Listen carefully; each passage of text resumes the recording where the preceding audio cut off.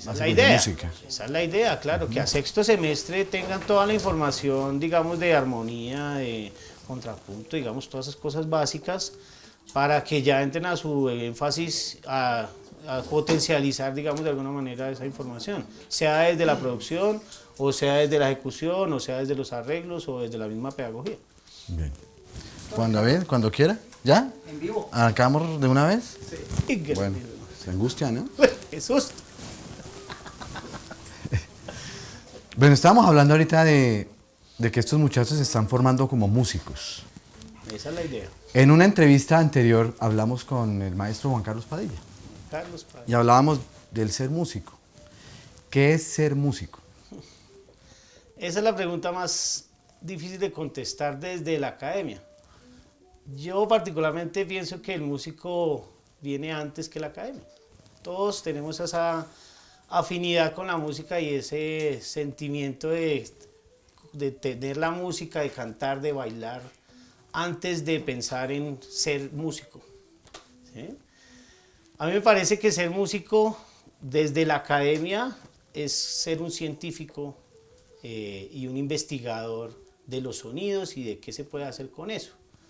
Para mí el compositor natural es el músico más impresionante que existe, porque a pesar de que no conoce nada de teoría musical, logra aflorar todos sus sentimientos en un poema o en una canción que muy seguramente ni siquiera los que estudian música lograrían hacer ese mismo efecto o crear esa misma obra maestra de alguna manera.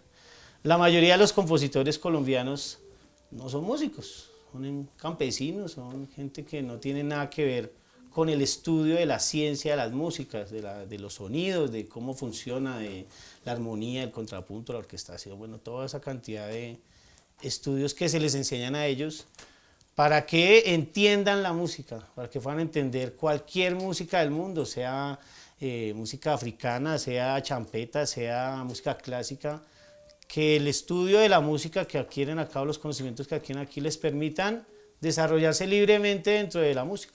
Eso es básicamente lo que yo veo que debería ser, digamos, ya un músico pensado desde la academia, o sea, una persona que entiende claramente la música y pueda hacer con ella, pues, a su voluntad, ¿no? De todas las expresiones artísticas, los neurólogos han comprobado que el cerebro está especialmente diseñado para hacer música y que venimos dotados para la música independiente si somos músicos de academia o no, porque nuestro oído está diseñado para eso. Totalmente. Sin embargo, si eso fuera tan cierto, todos seríamos músicos y no todos nos dedicamos a la música. Correcto. Somos unos pocos que nos dedicamos a la música. ¿Qué características debe tener un músico para que un docente como tú pueda decir, esta persona sí tiene papelito, talento, madera, correcto, para la música? En la universidad se hacen exámenes de admisión, pues en todas las universidades donde se estudia música se hacen exámenes de admisión, precisamente mirando las habilidades que tiene el futuro músico o la persona que se está postulando para estudiar música.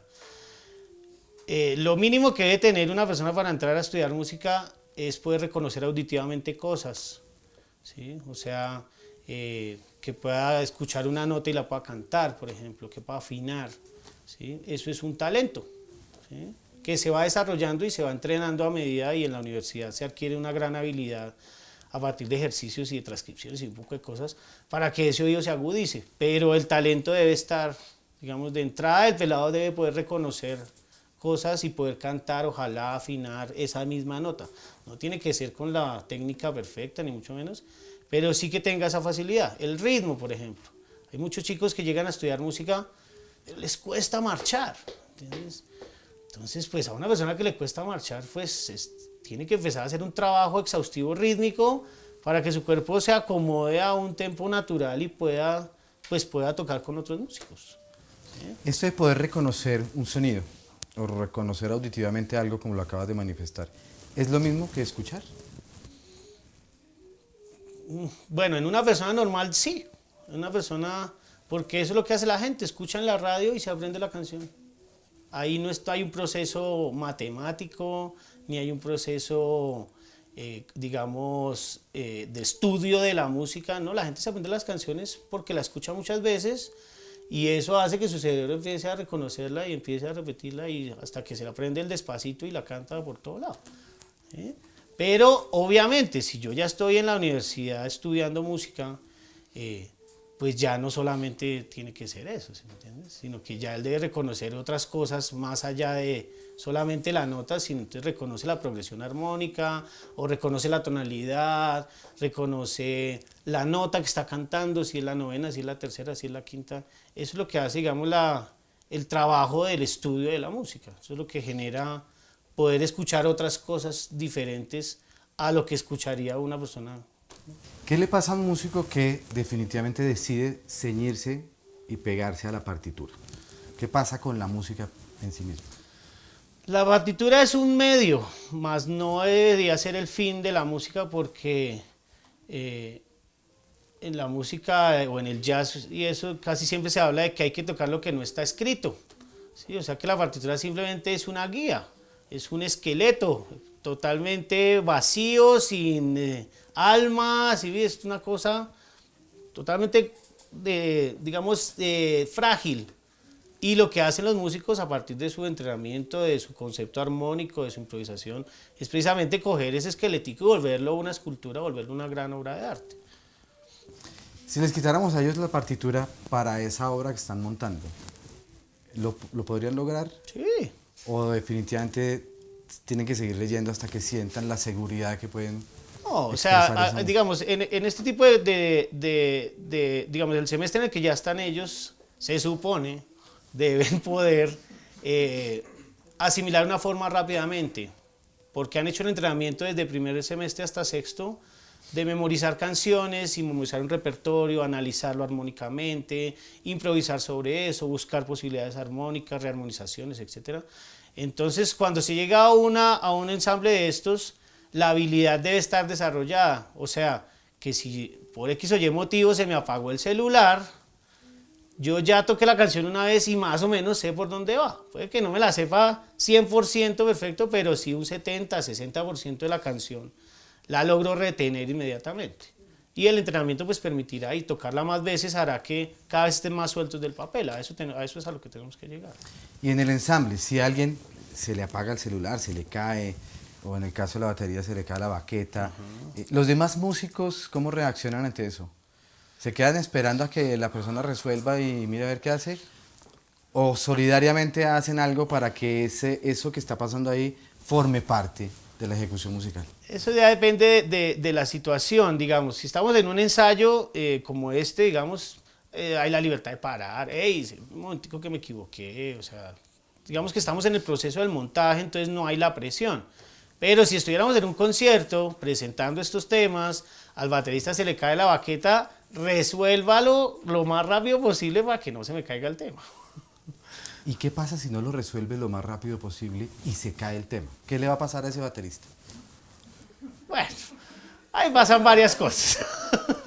Lo primero es que obviamente ahí hubo una falla personal porque su habilidad o su concentración se fue al punto de que afectó el ensamble. ¿Sí? Uno se puede equivocar en una nota, puede meter mal un acorde, entrar mal. Todos, digamos que mientras estamos en ese proceso, todo eso es permitido. ¿Sí? Pero yo lo que siempre les hablo a los alumnos es el no dejar morir el barco, o sea, siempre tratar de resolverlo de alguna manera. No sacar las manos si me equivoqué y esperar 10 compases a ver, no, todo lo contrario, me equivoqué, pero en el siguiente compás ya vuelvo y retomo el camino precisamente para que la canción se mantenga. ¿De eso se trata improvisar? De eso se trata improvisar. Es una de las habilidades de la improvisación. La improvisación tiene muchas formas de verse. Dentro de la música se puede improvisar de muchas maneras, armónicamente, rítmicamente, melódicamente, o las tres al mismo tiempo. ¿Sí? Uno puede jugar de tres maneras diferentes. Por ejemplo, el tambor y la batería están todo el tiempo improvisando en el mapale. Okay.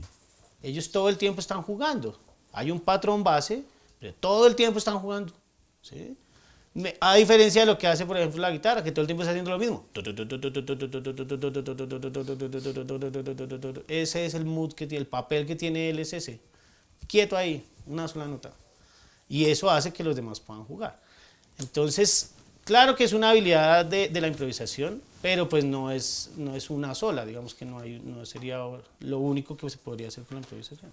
¿Qué más podríamos hacer con la improvisación? Entonces el juego de la interacción de las personas, así como juegan la batería y el tambor, también juega el saxofón y la guitarra, o también pueden jugar las dos guitarras, o las voces, o el acordeón puede jugar con la guitarra.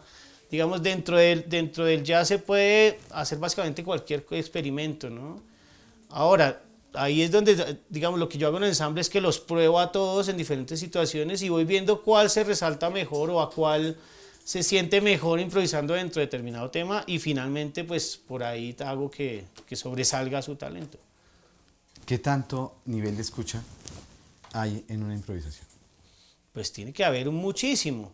O precisamente estábamos hablando de la reacción del oído. El músico de jazz o el músico de improvisación es un músico que tiene una gran habilidad de anticipar cosas.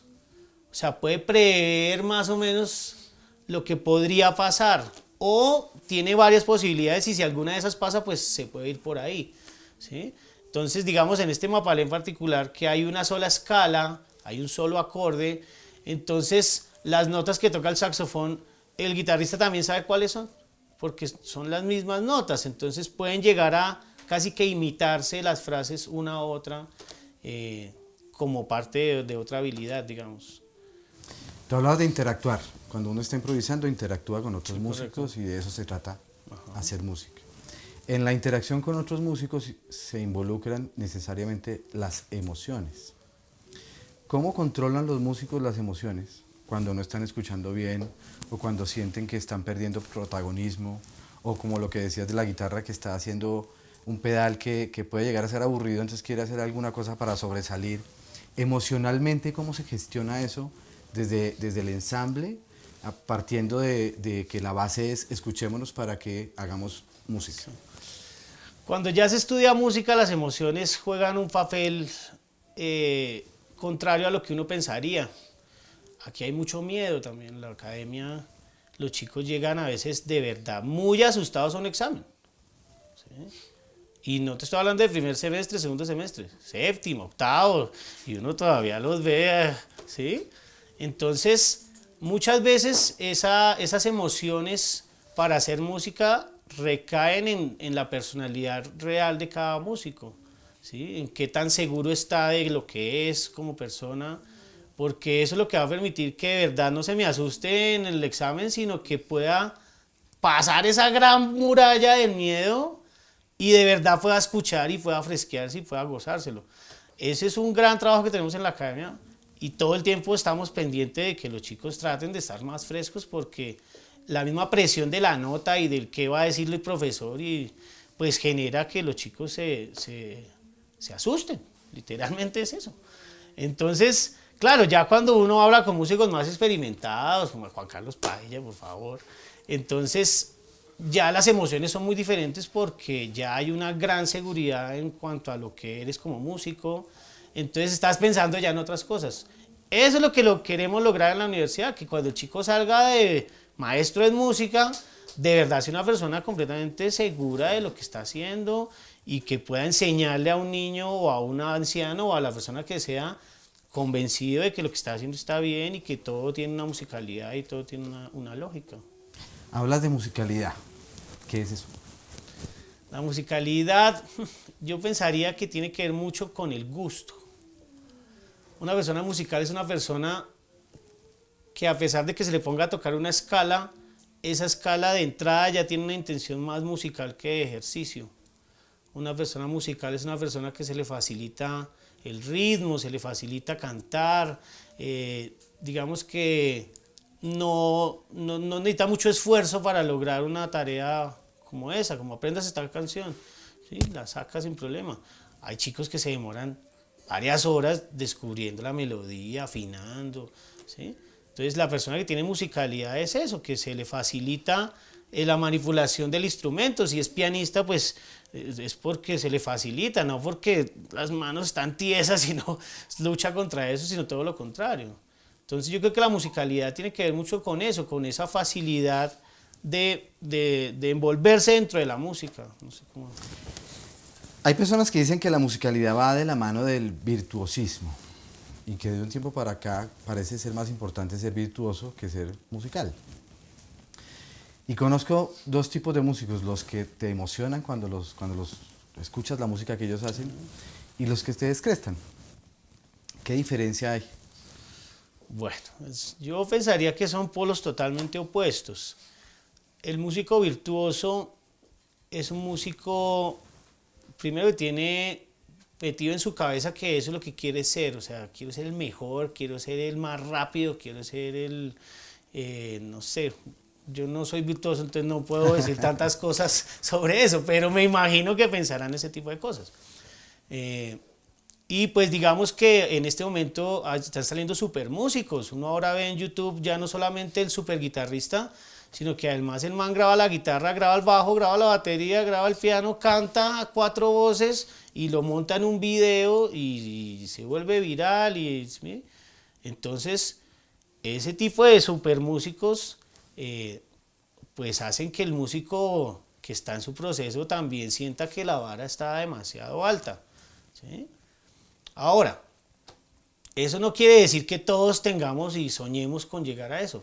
Yo cuando empecé a estudiar guitarra quería ser como Joe Satriani, como esos manes y tocar todo y rapidísimo y tal, pero el mismo estudio de la música me dio a entender que realmente eso no era lo que yo buscaba. Hay gente que sí lo busca y es feliz haciendo eso y son felices tocando rapidísimo y tal.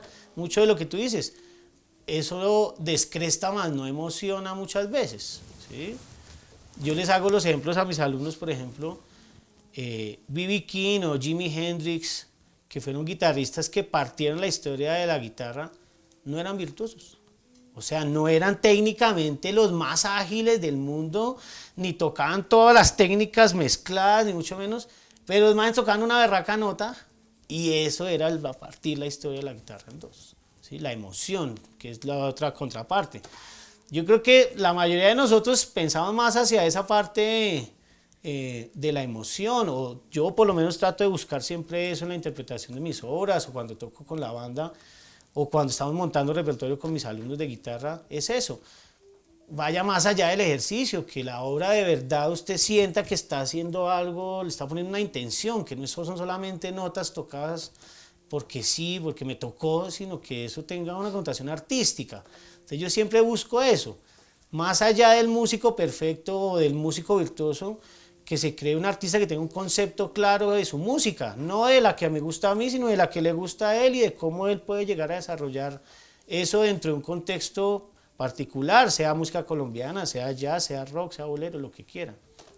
¿Qué consecuencias trae para el ensamble tener uno o dos músicos que solo se enfocan en ser virtuosos? Generalmente los virtuosos, bueno, yo la verdad en este tipo de ensambles no he tenido esa particularidad, sobre todo no porque no haya virtuosos, sino porque los chicos tienen una mentalidad todavía muy tranquila frente a esa cuestión del ser el músico, super músico. Aquí hay chicos muy talentosos, tienen unas grandes habilidades, pero yo siento que ellos tampoco están pensando en que ese es el fin, ¿sí? Logran hacerlo, o sea, logran hacer cosas virtuosas, pero con la emoción por encima, antes que la descrestación o antes que el sobresalir en base a los otros. Ahora, si tuviera, digamos aquí, un super guitarrista rockero que tocara con todas sus vainas, pues trataría de adaptarlo a los arreglos que tengo para que sobresaliera también. Es decir, no se vuelve un problema. No se vuelve un problema, todo lo contrario, sería un comodín. Y te ayuda a resolver problemas. Me ayuda a resolver problemas. Me pasó particularmente, me hiciste acordar de una cosa. Estuve hace un año tocando en el Festival Internacional de Jazz de Cartagena de guitarra y el baterista se enfermó, no pude llevar baterista. Entonces llamo al director del festival, hermano, tengo un problema, necesito o cambiar el tiquete o ¿qué hacemos? Y el man me dice, oye, aquí tengo bateristas. ¿En serio? Sí. ¿Y el man qué o qué? No, el man es buenísimo. Me ha dicho, cuadre un ensayo para mañana y yo se lo mando al ensayo, porque el man vive aquí en Bogotá. Bueno, llegamos al ensayo y lo primero que me dice el man, Muy buenas tardes, ¿cómo estás? Mira, yo de entrada te digo que yo no toco jazz. Yo, ¿cómo así? Entonces, ¿qué toca usted? Yo soy baterista de rock progresivo. Ok. Tocamos el porro humangués. En el momento del solo, el tipo me dice, ¿qué hago? Y dice, no, pues toque lo que usted sabe hacer. Y el man empezó a hacer todos sus feels dentro de mi música, porque es que, o sea, era buscarle cómo empalmarlo, más no, no es que usted es rockero, entonces no. No, entonces no me sirve. No me sirve. Sino desde su talento y de lo que puede hacer muy bien, por trataste ahí de adaptarlo. Claro, y salió buenísimo el concierto y todo. Esto yo lo veo que es una actitud muy del jazz y ni siquiera de la música popular. Por ejemplo, yo soy compositor de música andina colombiana. Y en el contexto andino colombiano hay mucha rigidez. Por supuesto. Tú quieres improvisar y no te dejan fácilmente. Total. Y cuando ya Los vas a improvisar, puristas. te estás tirando todo, ¿no? Sí. Y entonces uno no sabe cómo desarrollar el tema. El jazz sí te permite como esa mayor apertura auditiva y emocional e incluso estructural para resolver los problemas. Claro. ¿Por qué pasa eso con el jazz y no con la música popular que viene casi que siendo prácticamente lo mismo en cada región? Totalmente de acuerdo. Particularmente con la música andina colombiana lo que pasó, o lo que yo siento que pasó, es que la estuvimos defendiendo a capa y espada como nuestra música clásica. ¿Sí? O sea, la música andina colombiana era la música clásica del país, la música de los salones, la música que se tocaba solamente, los pasillos y todo esto eran las obras virtuosas de nuestros compositores y de nuestros intérpretes, pero hasta ahí. Cuidadito me le va a improvisar, cuidadito me le va a cambiar la armonía, me le va a hacer un arreglo porque es nuestra música clásica. Desafortunadamente, esa música clásica nuestra terminó siendo la misma música, o es la misma música de nuestro pueblo, o sea, los pasillos, los bambucos, eso no es de etiqueta, sino de cerveza en mano y asado y toda la vuelta. Entonces, ¿qué pasa? Como en las costas sí se improvisó, tanto en la Pacífica, en la costa atlántica, en los mismos llanos hay una gran legión de improvisadores muy bravos. Entonces yo lo que siento es que el cachaco o la música de se quedó como en eso, ¿no? Somos los de la élite y esos que improvisan allá, como que no, eso está mal visto, ¿no? Qué raro porque hoy en día, dentro de la misma música andina, yo personalmente estoy tratando de explorar cómo improvisar dentro de un pasillo, porque igual no es fácil. ¿Cuál es el mayor reto? Por ejemplo, improvisar sobre una canción como Río Cali, que la melodía es una obra matemáticamente perfecta. Después de eso, ¿qué improvisa uno? ¿Cómo hace uno para mantener el discurso de una melodía tan compleja de una manera improvisativa? Yo creo que ese fue uno de los grandes retos y por eso hasta ahora es como que se está empezando a abrir esa brecha de la improvisación dentro de la música andina, porque no es tan fácil. ¿Sí? A pesar de que usan exactamente las mismas herramientas, arpegios, las notas guía, las mismas escalas y todo, hay que encontrar, así como se encontró en la costa atlántica o en el Pacífico, un lenguaje improvisativo colombiano. ¿Sí? En la costa, Lucho Bermúdez, Pacho Galán y todas sus orquestas de allá lograron un lenguaje particular que tampoco es jazz. ¿Sí? Es música improvisada colombiana y tiene un sello particular. Casualmente vinieron unos gringos aquí a dar un taller y me los llevé para Matilde Lina. Y el gringo estaba asombrado de que en nuestra música vallenata la dominante no tuviera tensiones.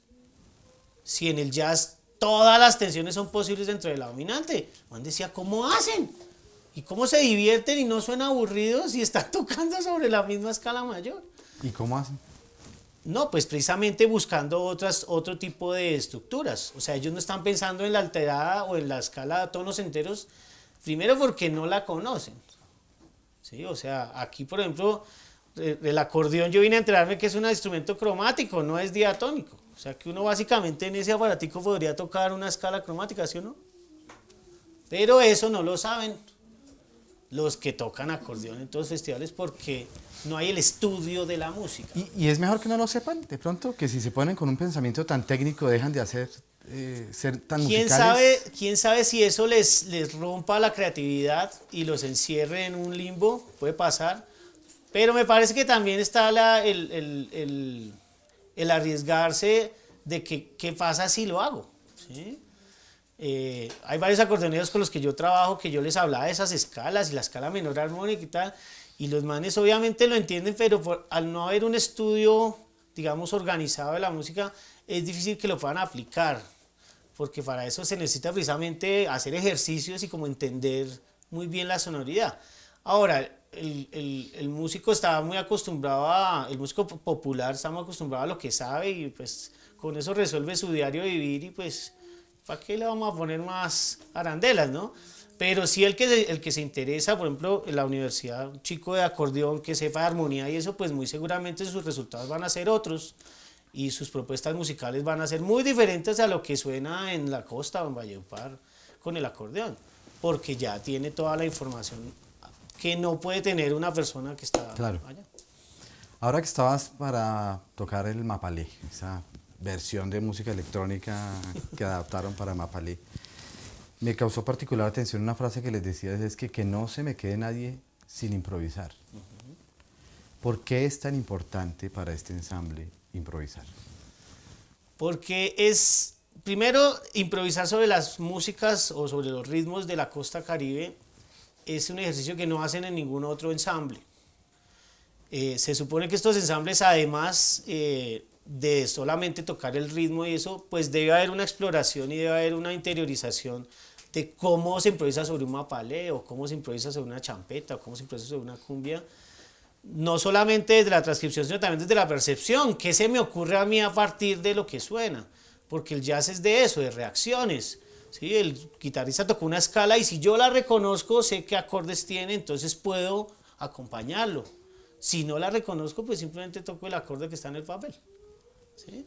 Entonces, digamos que, o sea, eso es lo que debe pasar, que haya siempre una facilidad para la improvisación, que no se vuelva una cosa de un problema. Así que me tocó improvisar, me tocó improvisar. No, todo lo contrario, que se acostumbren a que eso es normal.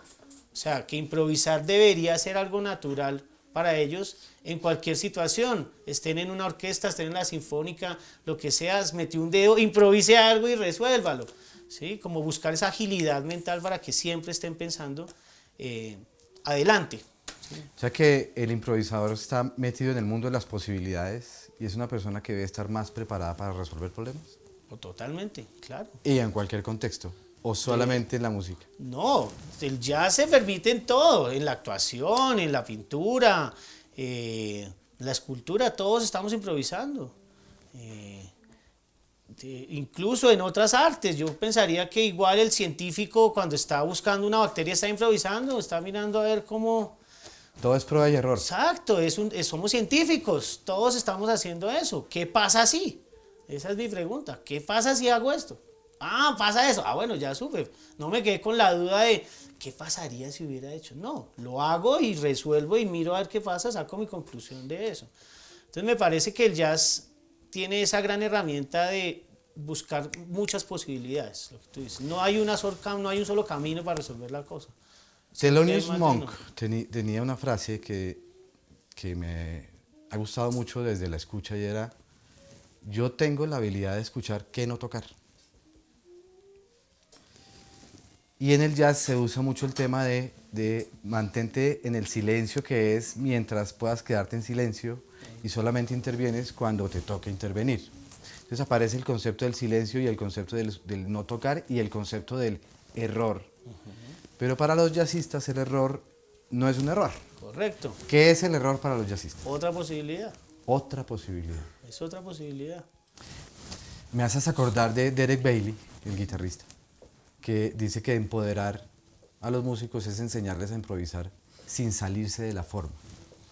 Empoderar a los músicos, enseñarles a improvisar sin salirse de la forma. Ahora que hablas de que hay una estructura, pero que sobre esa estructura Sí. pueden hacer muchas cosas. Total. ¿Eso es hacer jazz? Es que la palabra jazz es tan grande que decir jazz es esto sería absurdo porque es que no es una sola cosa o no es una sola acción, no es un solo ejercicio. La palabra jazz resume la historia de la evolución armónica de Estados Unidos.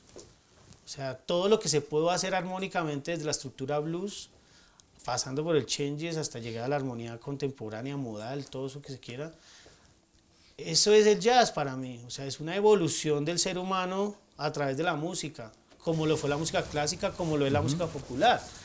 Y es que te lo pregunto así porque los que no sabemos de jazz, siempre que escuchamos jazz, está ligado a la improvisación. Sí, por ¿Sí? supuesto. Entonces, uno cree que improvisar es lo mismo que hacer jazz. Por eso te lo pregunto de esa manera. Lo que pasa es que el elemento más importante del jazz es la improvisación.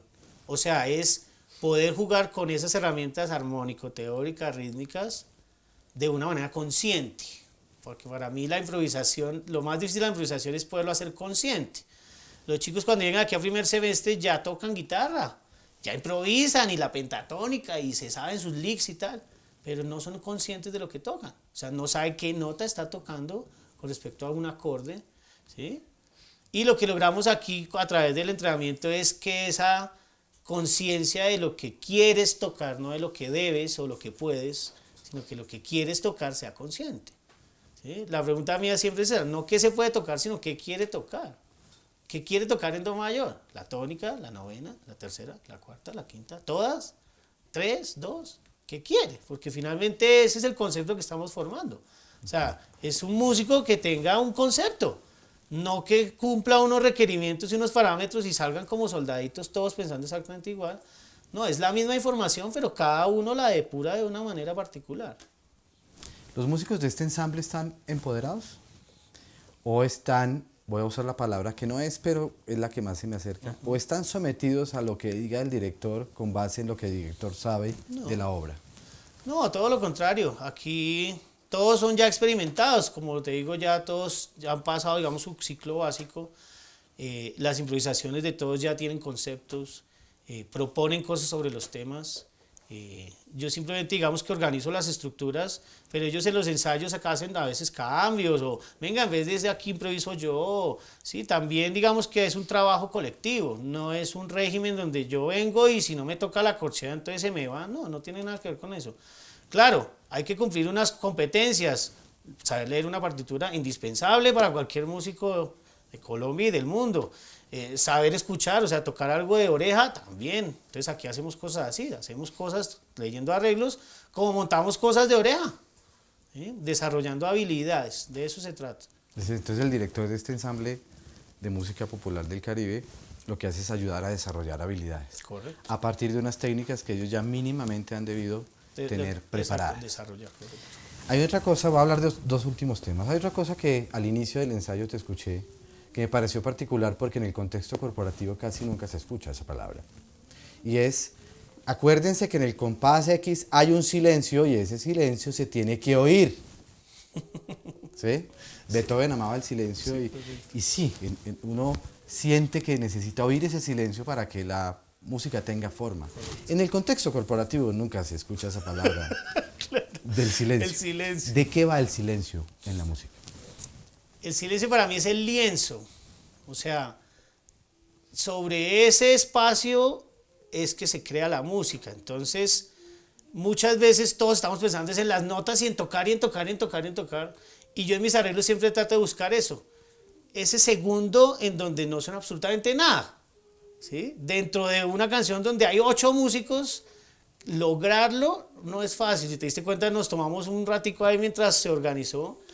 Pero ese tipo de sensaciones a mí me gusta mucho, porque eso recuerda que de ahí partimos, ¿no? De ahí es que parte la música, de ese silencio mágico, maravilloso, que a mí me encanta el silencio. De ahí tiene que partir. Entonces, cuando hay un silencio, debe escucharse, debe sentirse. O sea, debe sentirse que ahí hay como un apagón, así sea un milisegundo, pero debe sentirse ese silencio también. Ya, o sea que para hacer música se necesita estar en la disposición del silencio y suena obvio, pero tiene que ser así. Sí, pero a veces la actitud no es esa. Correcto. También depende mucho de la personalidad de los músicos, ¿no? Aquí, si te das cuenta, todos son muy juiciositos, muy tranquilitos. A veces tengo músicos un poco más extrovertidos, ¿no? Entonces, mientras uno está, el otro está estudiando y el otro tal. Pero, digamos, yo me he acostumbrado y me he procurado, sobre todo en este ensamble, de exaltar las habilidades de todos. O sea, en este ensamble todos deben exaltar sus habilidades porque de eso se trata. Y eso es lo que hacemos, que en el concierto pues se resalte de cada uno de estos músicos. Yo nunca pienso en unidad, siempre pienso en el contexto general. El formato siempre varía. A veces tengo pianistas, a veces no tengo cantantes, a veces no tengo bajista, me toca coger el bajo. A veces vienen 5 pitos, digamos, en otro ensamble. Y a cada ensamble tengo que adaptarlo de una manera particular. Casi que no repito temas, por ahí uno que otro que tiene alguna cosa muy específica que quiero. Pero de acuerdo al ensamble también voy mirando como los temas y voy mirando qué se puede montar. Siempre de acuerdo a lo que tengo. O sea, se trabaja con lo que hay. Con lo que hay. Y las empresas hoy en día, ¿por qué no acuden a ese tema del silencio como el gran lienzo? Por lo que te digo, yo pienso que toda esa cuestión de capitalista y del el dinero permite que la gente no escuche, sino que la gente esté siempre en función de eso, ¿sí? Yo siento que si la gente le perdiera el miedo al no tener dinero o al no depender del dinero, la sociedad cambiaría totalmente, pero pues eso no le conviene a nadie. Sí. Camilo, la última pregunta. Si quieres te hago más, pero para mí es la última. Bueno, gracias. Si te invitaron a dar un concierto con tu ensamble de la Universidad del Bosque, el ensamble de música del Caribe, y al frente tienes 30 presidentes o dueños de empresa, que lo único que están esperando es que tú con tu ensamble les ayudes a resolver problemas. Okay. ¿Qué les dirías a ellos, más allá de hacer la expresión, el concierto, qué les dirías a ellos de qué problemas les va a ayudar a resolver este ensamble desde la música o qué problemas les va a resolver estos músicos? Dentro de la música, digamos, ¿qué puede ayudar? La escucha, básicamente eso, escuchar. Muchas veces los problemas pasan por eso, por no escuchar, por no dejar que el otro termine su idea, sino dijo dos palabras, no, pero es que espérese que no sé qué, ta. Entonces muchas veces ahí ya se puede resolver el problema simplemente dándole el espacio a cada uno, respetando el silencio, ¿no? Va a hablar, déjelo que hable, o sea, déjelo que se exprese totalmente, y si después de eso hay algo que anotar, ahí sí hablo, ¿no? Diría que puede ser algo que se puede aportar desde la música, que es lo mismo que en las improvisaciones. Está haciendo su solo, yo no le voy a decir al tercer compa, ya cállese, no, déjelo que si demoró media hora el próximo, cuando acabe el solo le digo, oye, no lo hagas tan largo la próxima, ¿sí? Pero no le voy a salir con el micrófono, oye, ya acabaste el solo. Pero eso pasa. Pasa, es que pasa. En los eventos corporativos pasa. Me pasa. Dile al señor que se baje ya. Sí. Por favor, acaben ahí. No, pues es que no acaba la forma. No, ya. Sí, pero es que ya llegó el presidente. Exacto, va a hablar el presidente. Y va a hablar el presidente. Eso, no. Sí. Entonces me parece que es eso. El ser humano cada vez se está volviendo menos sociable gracias a toda esta tecnología. Y yo creo que ahí en esa relación interpersonal es donde se arregla todo, en volver a hablar, en volver a reunirse, en volver a salir grupos de amigos, ya eso no pasa, ¿sí? Y si sale uno es hacer otras cosas. Pero me parece que hay que volver a eso, o sea, las relaciones interpersonales, creo que eso es lo que está acabando con el mundo, que ya nadie se relaciona con nada, los chicos no se relacionan con nada, cada uno en su casa, desde su Facebook, y esa es su vida, ¿sí? Entonces, me haces ahí tener en cuenta una paradoja. Te prometí que era la última pregunta, pero es que esto me parece importante. Sí. Que decías que está el supermúsico, hablaste del músico que graba el bajo, la batería, tal, en su video, y es un youtuber, y la gente le da 2.500 likes, y les parece el supermúsico. ¿Sí? ¿Qué gracia tiene eso si la música lo que permite es entender cómo nos estamos relacionando? Esa es la pregunta del millón. Yo no entiendo por qué la gente... O sea, yo no entiendo cómo una persona puede vivir de eso. Ahora, creo que sí se puede vivir de eso. O sea, uno puede ser youtuber y tiene sueldo y todas esas vainas. Yo todavía no comprendo cómo uno puede crear una profesión sentado en su casa. Eso todavía me parece raro.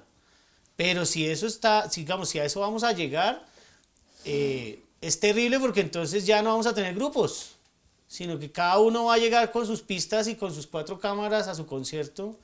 Y ya no va a haber la interacción entre los músicos, por ejemplo.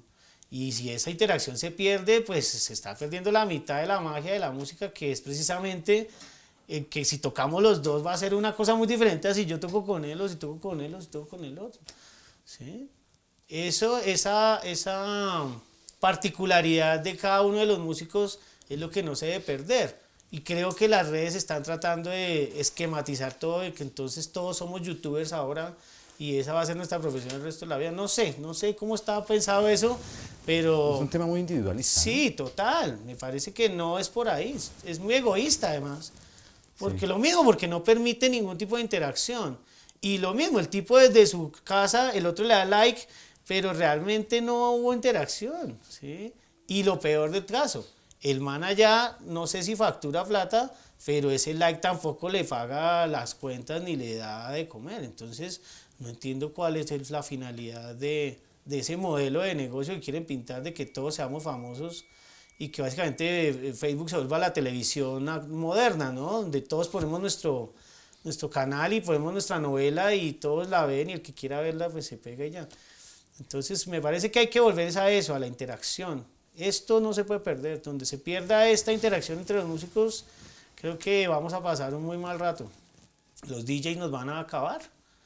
Porque si a eso, o sea, si la música no se puede hacer en grupo, entonces ¿de qué sirve que cada uno sea un super músico en su Y hay casa? quienes critican la existencia de los discos, ¿no? Miles Davis odiaba grabar discos porque decía que Exacto. se perdía toda la posibilidad del relacionamiento. Y lo mismo dice Daniel Barenboim en el libro que escribió sobre el poder de la música.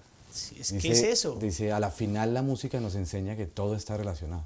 Todo. ¿Sí? O sea, Y- no es lo mismo ver una banda sinfónica que escucharla en un CD. O sea, nadie me puede decir que es lo mismo. La sensación, la energía que se siente ver esa mierda en vivo, eso no es, Sí, sí, sí. no es ni comparable siquiera. ¿Sí? El Incluso los efecto. ensayos, ¿no? Los ensayos son Total, o enriquecedores sea, y es todo. solamente tener 50, 100, 200 personas, ya eso, hermanos, le erizan a la piel.